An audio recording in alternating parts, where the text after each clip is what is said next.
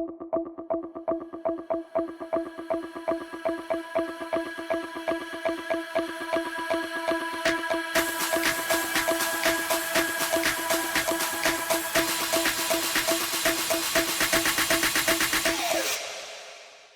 tal amigos? Bienvenidos a Ritmo y Algoritmo. Hay un personaje que está presente en casi todo lo que hacemos hoy en día. Está cuando producimos música, cuando mezclamos, cuando programamos un sintetizador, cuando mandamos un email, cuando escuchamos stream, cuando escribimos código, cuando diseñamos la arquitectura de una aplicación, cuando automatizamos una tarea o simplemente cuando navegamos por internet. Es el actor principal, pero la mayoría del tiempo trabaja en silencio, en segundo plano, sin pedir aplausos. De hecho, si todo sale bien, ni nos damos cuenta que está ahí. Estamos hablando de la computadora. Hoy vamos a entender cómo piensa, cómo se comunica y de qué está hecha por dentro. Para entender una computadora, primero hay que entender su idioma. Y resulta que es probablemente el más simple que existe. Tiene solo dos símbolos, el 0 y el 1. Sí o no, encendido o apagado, como queramos entenderlo. A esto se lo denomina sistema binario. Los transistores, que son los elementos básicos de cualquier chip, funcionan como interruptores. O dejan pasar corriente o no. Tiene dos estados, 0 o 1. A esa unidad mínima de información se la llama bit. Cuando agrupamos 8 bits, tenemos un byte. Y con un byte ya podemos representar 256 valores distintos. Por ejemplo, la letra A en el estándar ASC se representa de la siguiente manera. Como vemos, son 8 posiciones, 8 interruptores, un carácter. Si a esto lo trasladamos cuando trabajamos con audio, se vuelve bastante concreto. Nos vamos a remontar a los años 80. En esa época los videojuegos y las primeras computadoras personales trabajaban con un audio de 8 bytes.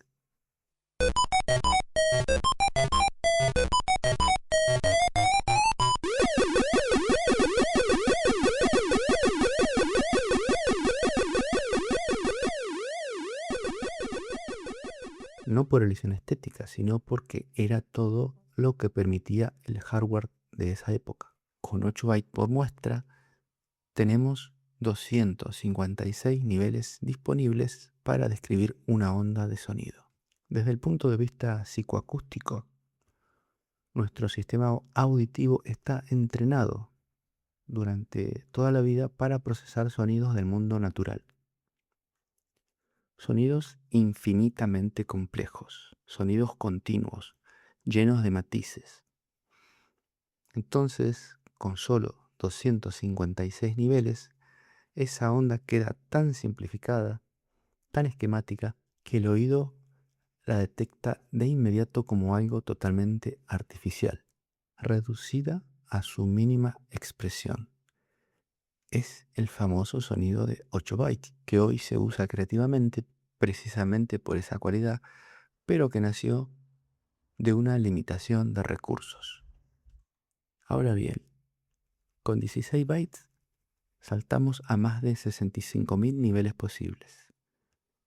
Con 24 bytes a más de 16 millones. Cada paso suma precisión y rango dinámico, pero también exige más memoria, más capacidad de almacenamiento, más procesamiento. Esa es una compensación inevitable, el trade-off, como se lo dice en el mundo tech. Es lo que vamos a encontrar en audio, en gráficos, en programación. Cuanto más calidad, siempre necesitamos más recursos. Ahora, antes de seguir, vale la pena dar un paso atrás y preguntarse, ¿cómo llegamos hasta acá? Todo empieza con las válvulas de vacío, que eran los componentes que hacían el trabajo de los transistores en las primeras computadoras, allá por los años 1940. Funcionaban, pero eran enormes. consumían muchísima energía, se calentaban y fallaban con frecuencia. Las primeras computadoras ocupaban habitaciones enteras y aún así tenían menos capacidad que una calculadora de bolsillo actual. En 1947 llegó el transistor y lo cambió todo. Mucho más pequeño, más eficiente y más fiable.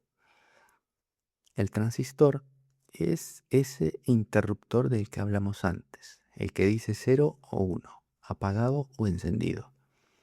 Y a medida que la tecnología avanzó, los ingenieros aprendieron a fabricarlos cada vez más pequeños. Tan pequeño que en los años 60 y 70 empezaron a meter miles de transistores en un solo chip de silicio. De hecho, fue precisamente ese material el que le dio nombre a una región de California que se convertiría en el epicentro mundial de la tecnología, el famoso Silicon Valley, el Valle del Silicio. Esto que hablamos es lo que hoy en día conocemos como el microprocesador. No se trata de un único transistor, sino de millones de ellos grabados a escala microscópica, trabajando en coordinación. Un procesador moderno puede contener más de 50.000 millones de transistores en un espacio del tamaño de una uña. Así que cuando hablamos de computación binaria, de ceros y unos, estamos hablando de miles de millones de interruptores microscópicos procesando datos a velocidades que el cerebro humano no podría ni imaginar. Dicho esto, ¿qué piezas forman estas máquinas? Vamos a ir por partes. El procesador o CPU es el cerebro. Y ahora que ya sabemos que un microprocesador es en realidad millones de transistores trabajando juntos, podemos entender qué ocurre ahí dentro. Es exactamente donde se procesa ese código binario del que hablamos antes, esos ceros y unos viajando a velocidades enormes. La CPU ejecuta instrucciones y hace cálculos. Cuando nuestro programa de música procesa un plugin en tiempo real o cuando tu programa compila tu código, es la CPU quien hace ese trabajo. Su velocidad se mide en gigahertz y su eficiencia depende, entre otras cosas, de cuántos núcleos tienes, que son como varios cerebros trabajando en paralelo. Si la CPU es el cerebro, la RAM es la mesa de trabajo. Es donde se mantienen temporalmente todo lo que está en uso en ese momento. El trabajo abierto, los samples cargados, el buffer de audio, es volátil, lo que significa que cuando apagamos la máquina, todo lo que había en la RAM desaparece. Cuanto más RAM, más cosas podemos hacer al mismo tiempo. El disco duro, por su parte, es como una biblioteca. Y a diferencia de la RAM, el almacenamiento es persistente. Los datos sobreviven aunque la computadora se apague. Acá vive el sistema operativo, todos nuestros proyectos, nuestras librerías, nuestro código, todo lo que pretendemos que siga ahí mañana, pasado o cuando necesitemos usarlo. La placa madre es la columna vertebral. Su rol fundamental es conectar y coordinar todos los componentes del sistema entre sí. La CPU, la RAM, el almacenamiento y cualquier tarjeta de expansión como la GPU o la interfaz de audio. También gestiona los puertos de entrada y salida, lo que en tecnología llamamos I/O, del inglés Input-Output. Aunque en sistemas más complejos algunos periféricos se conectan directamente a las tarjetas de expansión. Cuando hablamos de periférico nos referimos al teclado, al mouse, a la pantalla, a unos parlantes, altavoces o lo que sea. En una computadora de escritorio esto se ve claramente.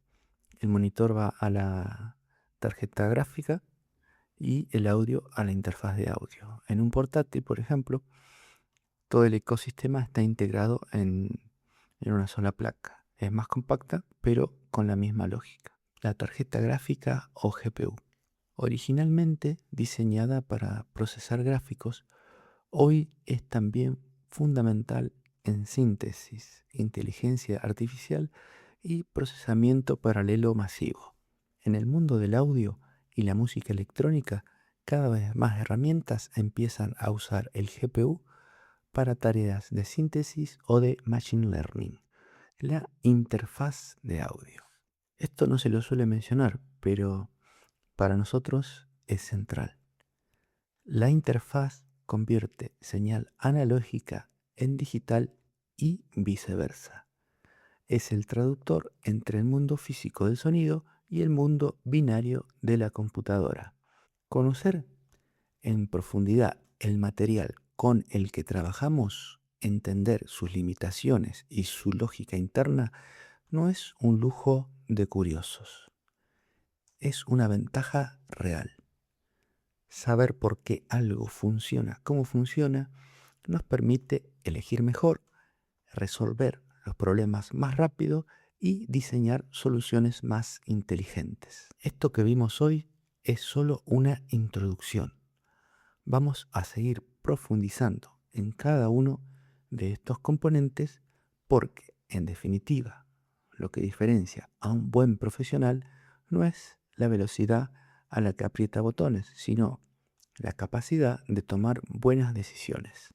Y para eso, primero hay que entender el problema y conocer con la mayor precisión posible los recursos que disponemos para crear la solución. Eso fue todo por hoy. Nos vemos en el próximo episodio de Ritmo y Algoritmo.